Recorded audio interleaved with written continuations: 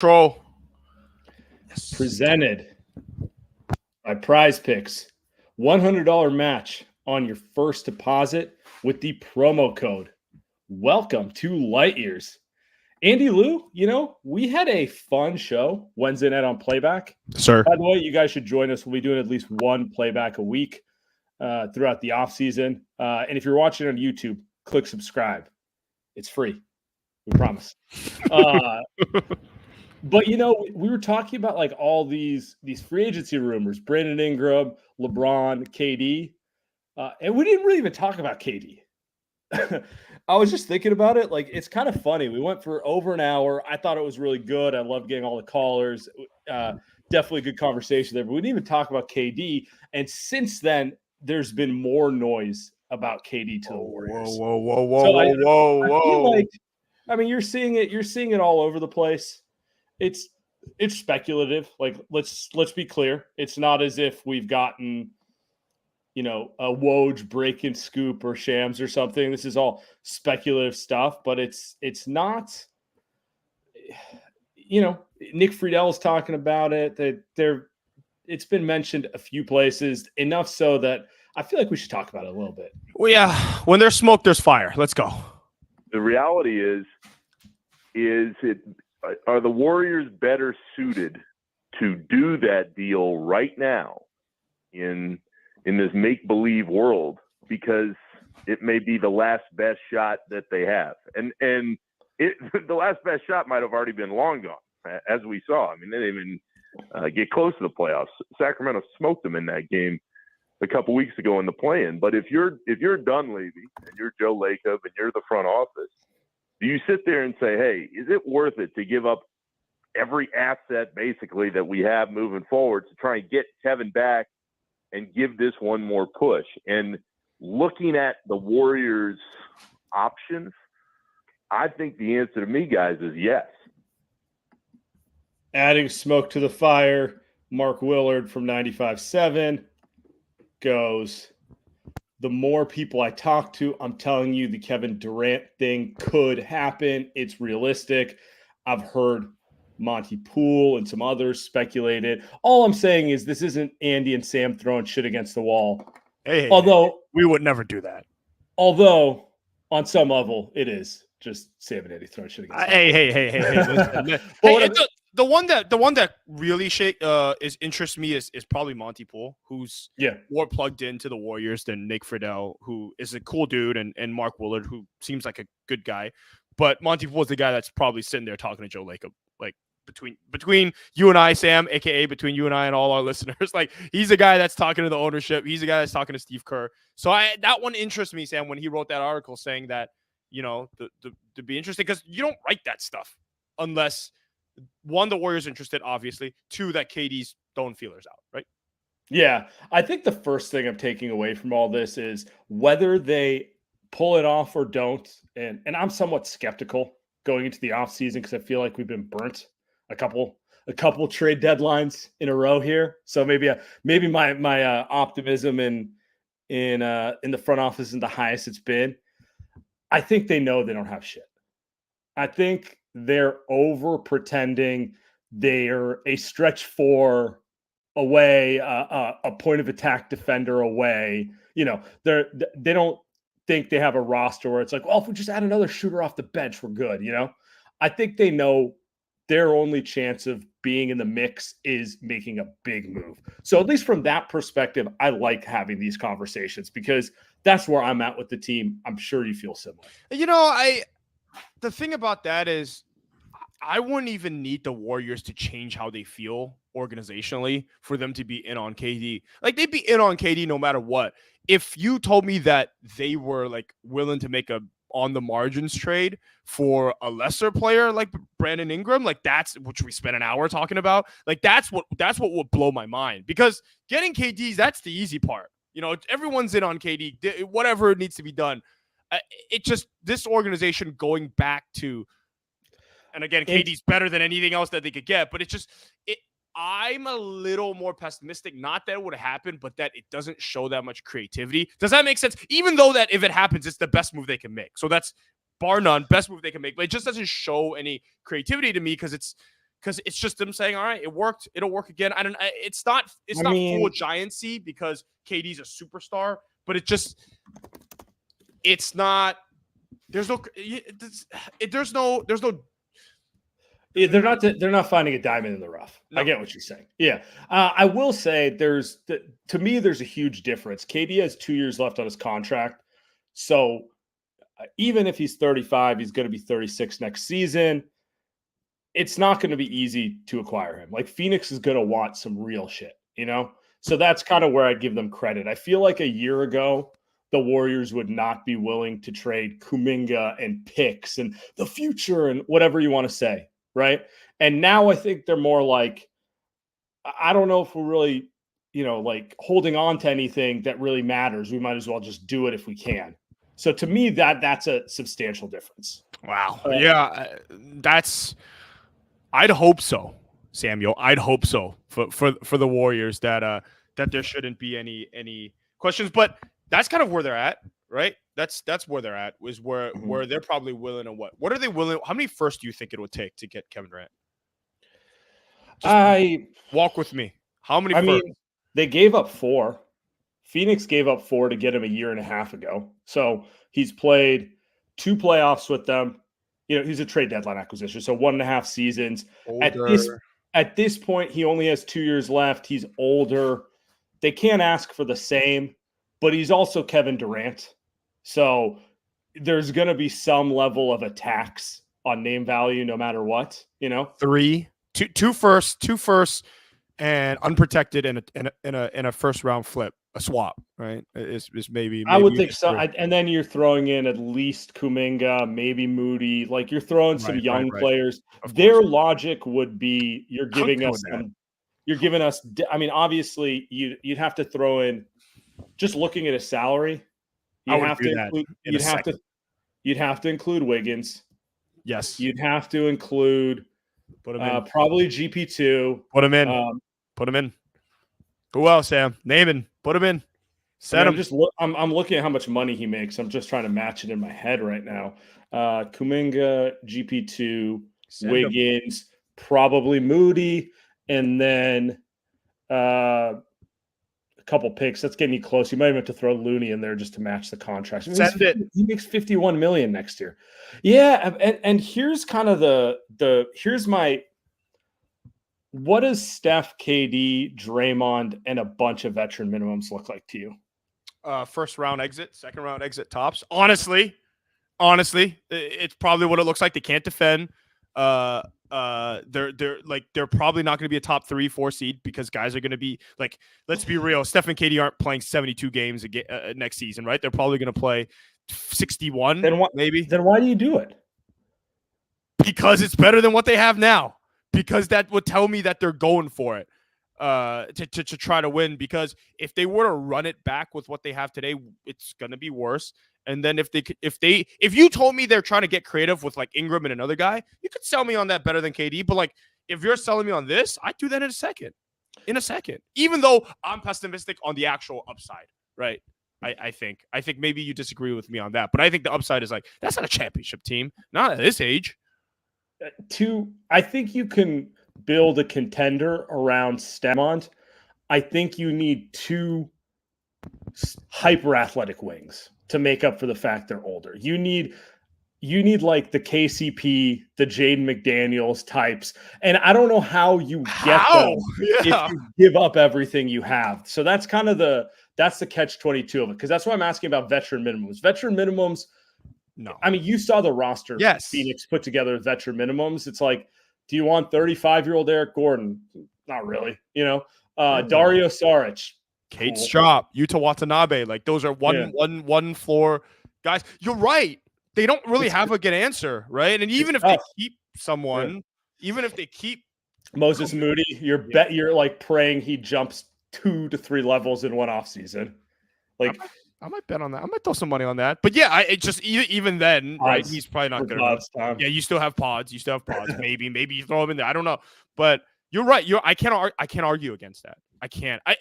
That just wouldn't stop me from doing it though. You know what would actually be the holdup for me is giving up picks in like 2030 because all these dudes are going to be retired. You're going to suck and you're going to want those picks. I'd rather give up all the kids than future picks, if I'm being honest with you, because the way I'm looking at it, when Steph retires, you're rebuilding one way or another. So you might as well hold on to the picks for when he's gone. You could trade 2026. I don't care. They'll still be here. 2030, I'm not trying to watch.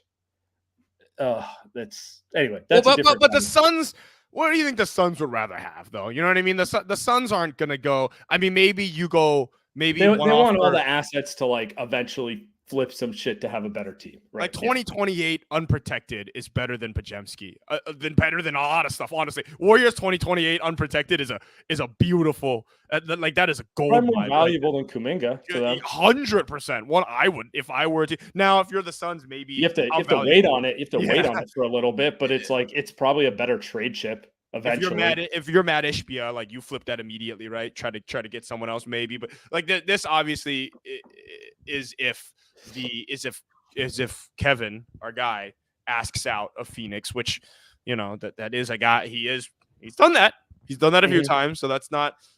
I find that interesting because you started the show with that. I find that one interesting because I actually didn't think that KD would ask out. But when you phrase it, he might not, to be honest. Might not. But you threw in Fidel, you threw in Willard, you threw in Monty.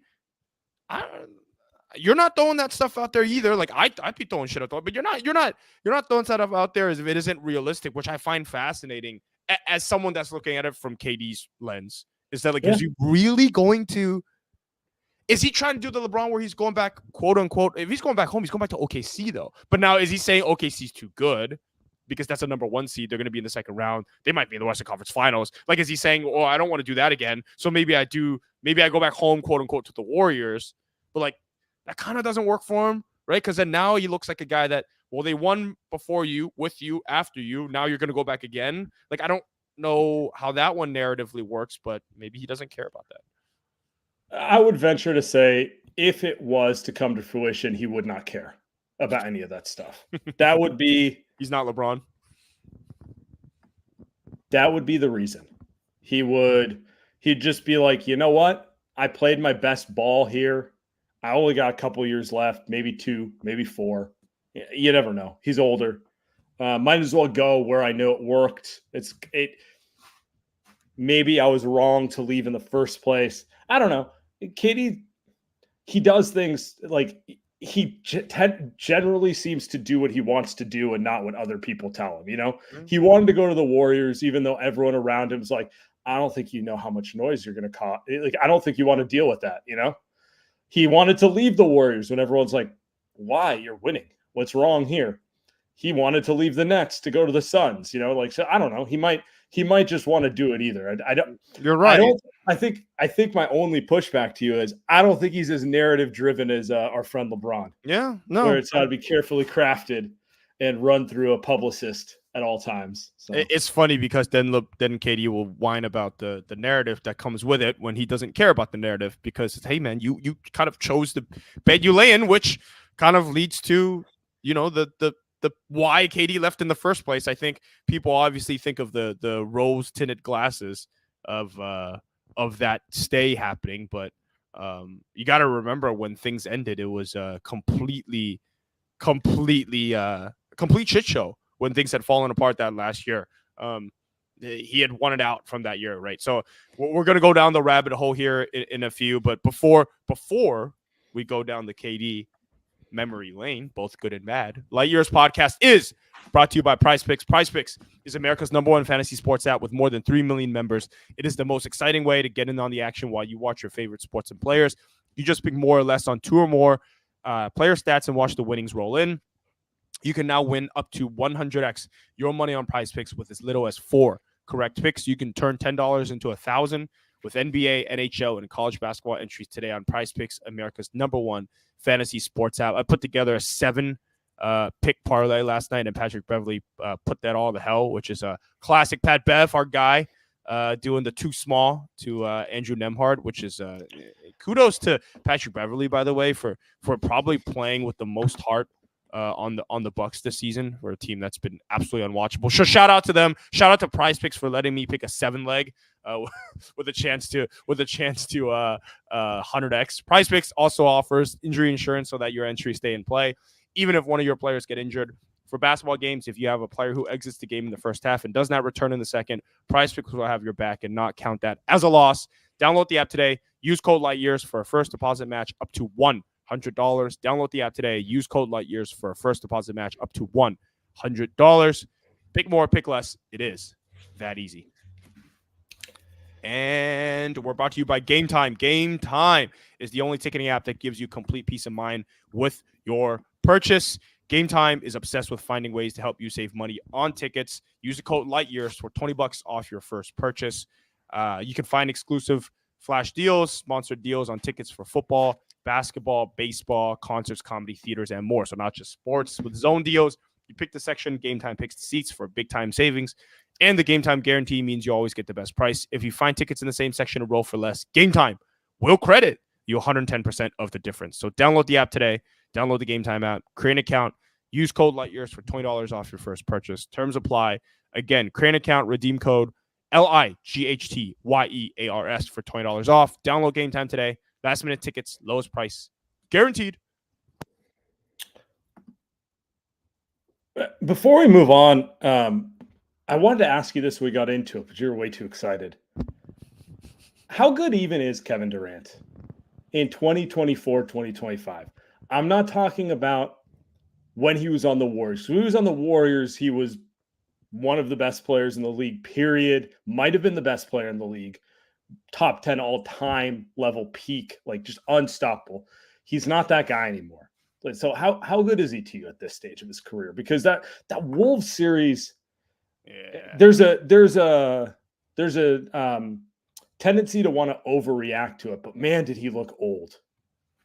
So I thought about this more because, again, we did an hour plus and we didn't talk enough, and I kind of threw that take out. I thought about it more. Sam, I think I was too harsh. I think Phoenix is a really shitty roster, shitty constructed roster, like the Warriors. And the last time that KD played on a well-constructed roster, he was 1A, 1B in the world. 1A, 1B, 1C. Steph, LeBron, Steph, LeBron, KD, all the best players in the world. I think you could argue he's as much reliant on a real point guard at this stage in his career than anyone else. You look around the league, and I think two names pop up to me. Luka Doncic and Shai Gilgeous-Alexander are both objectively better than KD right now, probably, but because that they run the whole offense through them handling the ball. And I don't know if KD's always in love with that, and he's definitely not in love with that now that he's 35 because he just can't do it all the time. And so I guess I'm just trying to say, and those guys have great spacing, right? Great teammates around them right now, even if they have also bad offensive players. 10 years younger, 22 years old, right? So all I'm trying to say is I think if he's next to Steph and he's next to Draymond, he looks at least 5 times better than he did with the Suns. So where does that put him? I said he looked not a top 10 player. I think if he's next to Steph and Draymond, he probably looks like a top 5 player. I guess to land the plane. That's where I'm at. I think he's a top 5 player if he's on the Warriors. What do you think he shot from the field this year? Under 50%, 48%. Guess. I have no idea. 52.3%. Ooh, okay. 41 from 3, 57 from 2. What do you think he shot in the playoffs? 46? 55%. 55, wow. 42% from 3. That's in 4-game sweep. Take it for what you want. Here's another interesting KD fact. He played 37 minutes a game in 75 games this year. I didn't realize he played 75. I knew he didn't really have major injuries this year, but 75 is like a jarring number to me. I'm actually not concerned about his offense at all because the dude's one of the most pure shooters of all time. He can always shoot over the top. It's the defense that's the real question for me at this stage of his career. And that's where it's kind of like, well, if you give up all the young guys, do you have the type of athletes to put about him? Because when I look at KD at this stage, I think he'll be able to score until he's 40. Fine. Like it's too easy for him. He's an all-time shooter. I think at this stage of his career, he has to play the 4 or the 5. So you're talking about Steph and Draymond, because I don't think he can move laterally to play the 3 the way he used to. And so if he was to come, I do agree with you. You need team construct. I just need to see how this team finds a way to put some athletes on the wings around him. You know, Yeah. I don't know if it's one of those things where it's like good luck if all you have is a mid-level exception and vet minimums. But that would be the real question, because if they could do that, I wouldn't count them out. I still don't think anyone's guarding a Steph KD pick and roll even at 37. Like, I don't think it's happening. It's just like, can they get enough stops? Because that's where I think Minnesota, you're just like, man, they're just too young and athletic for them. Yeah, that would not change with the Warriors. It really wouldn't. And so is he going from one place to another? There's no difference. I think so. Now, I think to push back on the offense stuff is KD's always been an efficiency merchant, right? Like, he's not that is what he is. I mean, Steph is kind of like that too, to an extent. And I think one thing that KD I think has kind of veered off from is like, and part of it is like getting the ball in Beal and Booker's hands to run point guard or run an offense, which I think it's pretty obvious now those guys can't do. And it's obvious that Steph does it at a way better level. But yeah, you're right. I mean, you put those two guys; those are the two best offensive guys, along with Jokic in the last freaking 15 years. They'll be fine on offense. But yeah, their defenses. KD. His best defensive years were with the Warriors. Correct. But his best defensive years as a Warrior was not spent guarding the Anthony Edwards of the world. He was an elite rim blocker, or right. What am I trying to say? Rim protector. I'm trying to say weak side rim protector. Yeah, like that's what he was. He was never like now he would guard Kawhi, right? But that was in his prime. So like, he's not coming out, and he's not. I mean, he was trying to guard Anthony Edwards, but it's just a different level now. Like Steph got a lot worse on defense this season, just because it's like, dude, he's playing 70+ games and he's 35. Like, there's just no, what are you supposed to do? So I think we don't have any answers for the defense. We really don't. They would have to. I mean, Draymond, please. I mean, Draymond's going to do his thing, but like in some ways, it's like you really want to protect trading like GP2, because on that team, GP2 is way more valuable than on other teams, because you absolutely need someone who's just going to like guard Anthony Edwards. Maybe he'll get burnt, but he won't get burnt as bad as whatever veteran minimum you find. That's for sure. You know, like that's kind of the thing where it comes down to.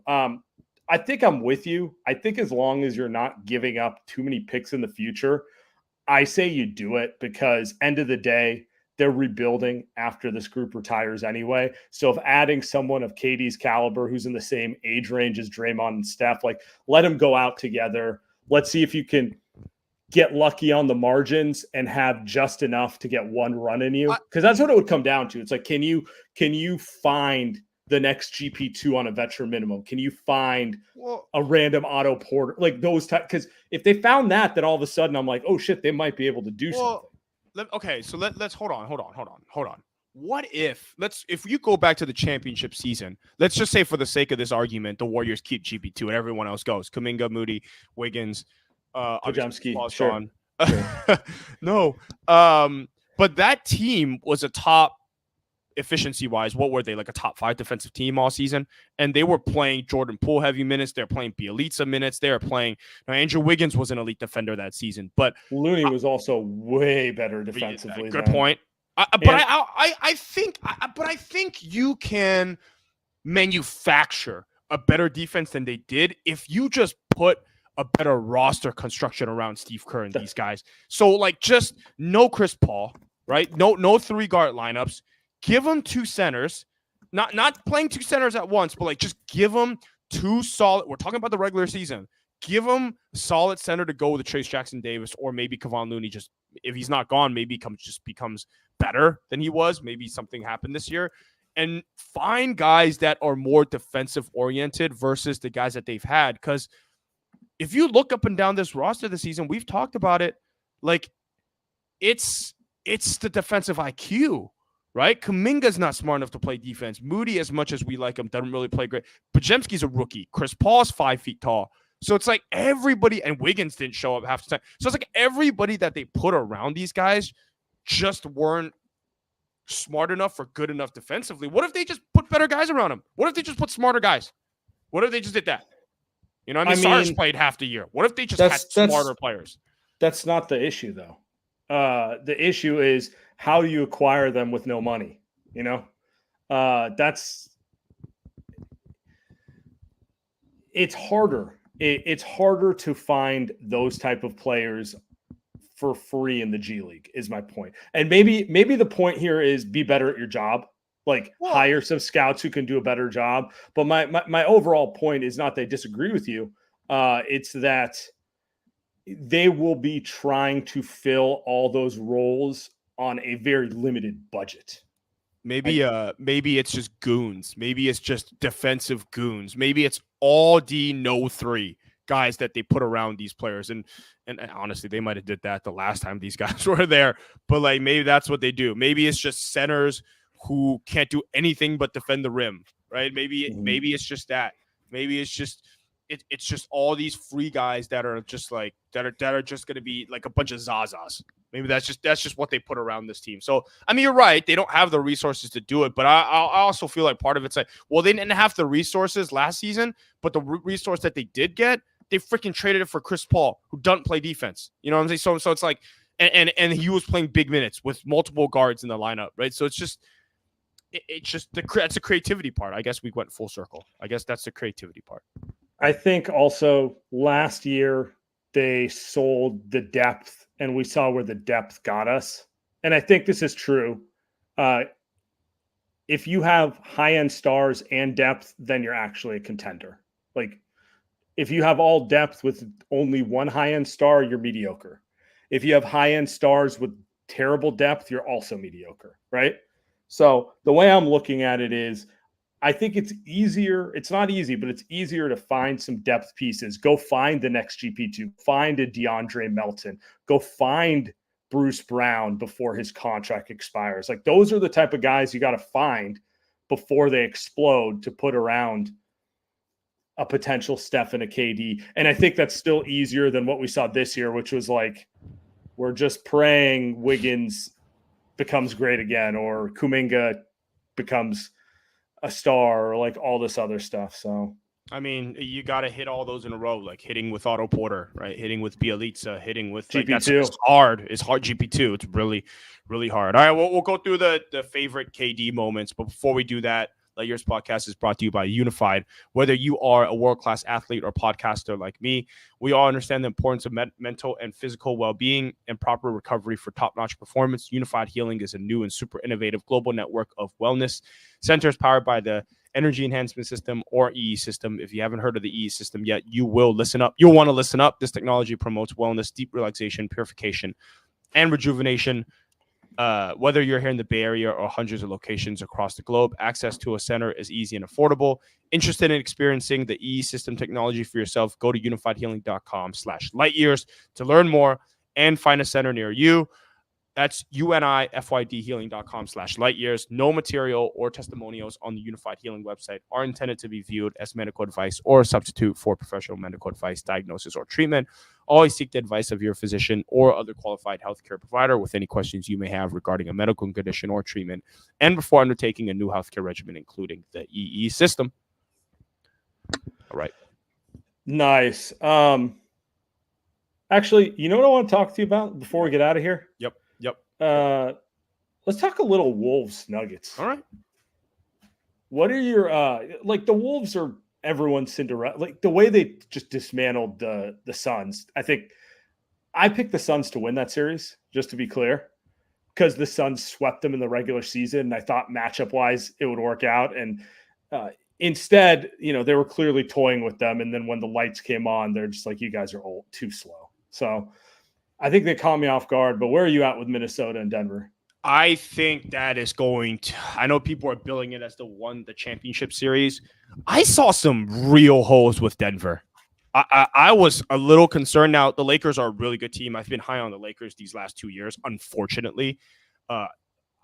But the Nuggets, Sam, I don't know, man. KCP turned an ankle. Jamal Murray's fighting through a calf injury. I know he had a huge game 5 to close him out, but that's something worth monitoring. This is why I toot my own horn, but this is why you don't sit here and call this team the greatest clutch team or this and that. Where's Jokic's legacy after a first round series, right? They've got 3 more that they've got to win. So regardless of what happens in this series, they're going to have to go play an OKC team, or they're going to have to play a red hot Luka Doncic, right? And then they've got to go and play a Boston team that's probably going to be rested because that East is shit. So going back. No, they got to play the Knicks. Oh yeah. No, Porzingis is hurt, who was playing poorly anyway. I picked the Celtics to beat the Nuggets in 7. I'm kind of waffling because I think the Wolves, man, did they just pick on a Suns team that fell apart, that just gave up, and the Nuggets just played a really good LeBron AD team? I kind of want to pick the Wolves in 7. But the Nuggets worry me. If Michael Porter Jr.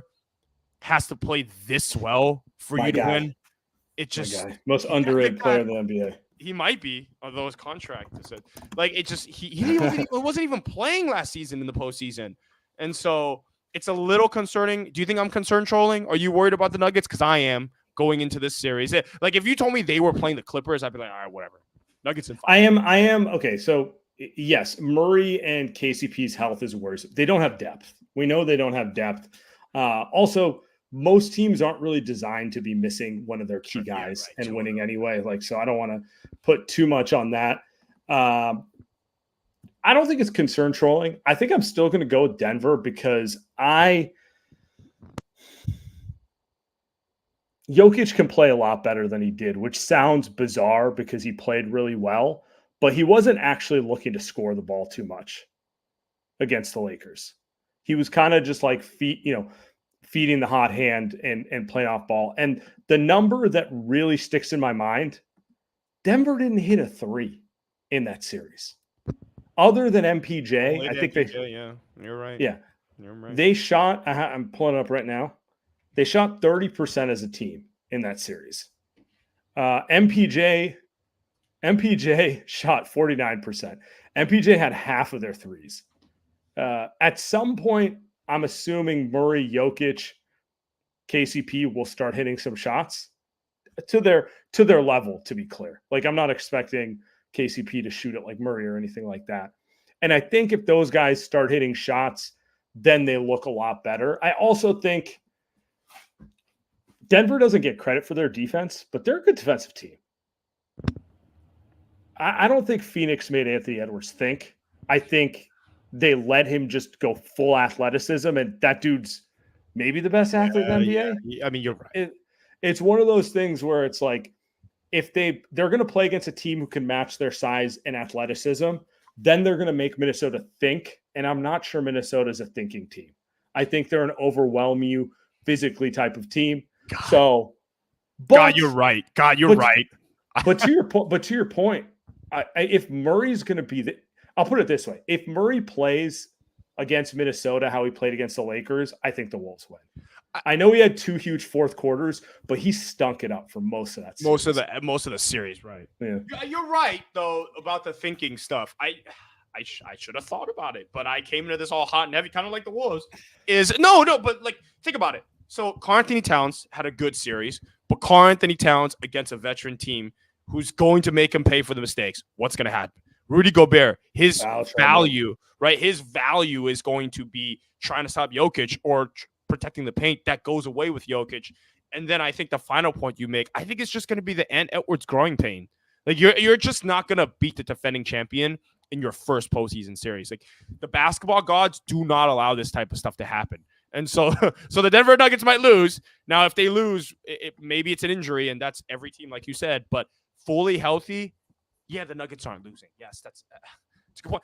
Fully healthy, the only team but that they're not losing fully healthy. Yeah, so true. I just can the Wolves overwhelm them? Because maybe the one thing I'll disagree with you on is, are the Nuggets as big as the Wolves? Because I think the Wolves are still way the Wolves. I just think more than any team in recent history is just.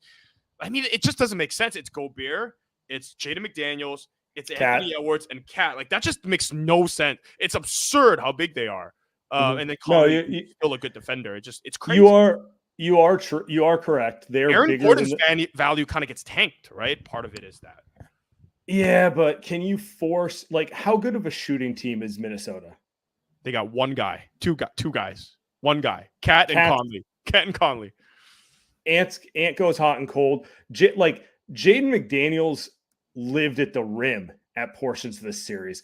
I would be shocked if Denver just allows that to happen. They're going to kind of dare him to hit corner threes. If he hits them, they win. They don't, I don't know that. I think Denver is going to force him to take a lot more jumpers. That's my general theory on how that's going to go. And on the flip side, Minnesota is going to do the same thing. If they thought, like I said, to me, this series comes down to Jamal Murray. Is he going to play like he played last playoffs, or is he going to play like he played in round one? I don't think the margin's so big that they can get away with him shooting 29% from three for a series, because that's what he did against the Lakers. You take out he was subpar for most of the time. Yeah. So you've got the Nuggets in 6. I'm gonna go 7.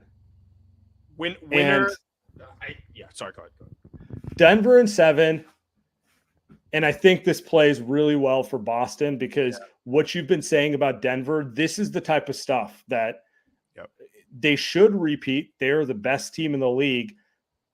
They are going to probably have to go through the 2 best teams in the West, playoff-wise, in the first 2 rounds.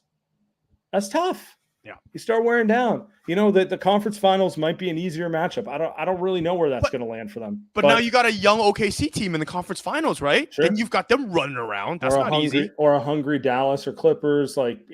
Either way, no. Man, this is why the NBA playoffs is so much about. We saw this with the Warriors. All our listeners know this. It's just. Steph had how many great moments in that 16-17 run, and Clay, same thing, but it comes down to it, and you've got guys hurt. 15, 16, 16, 17, they had only good moments. But 15, 16, how many moments? We sat there and watched it together. And it just, man, it don't matter until you've won the final one, because guys will get suspended. Guys will get hurt. Guys are fighting injuries. You think this Jamal injury just goes away by the time Saturday comes around? You think he's suddenly healthy? You think he's 100%? No way. This is red flags for Denver, but I can't wait. It's May 1st. And we're talking about guys being worn down. They got to do it for 6 more weeks. June. Yeah, they're going to play till June. 6 more weeks. All right, we'll leave it there. Appreciate everyone.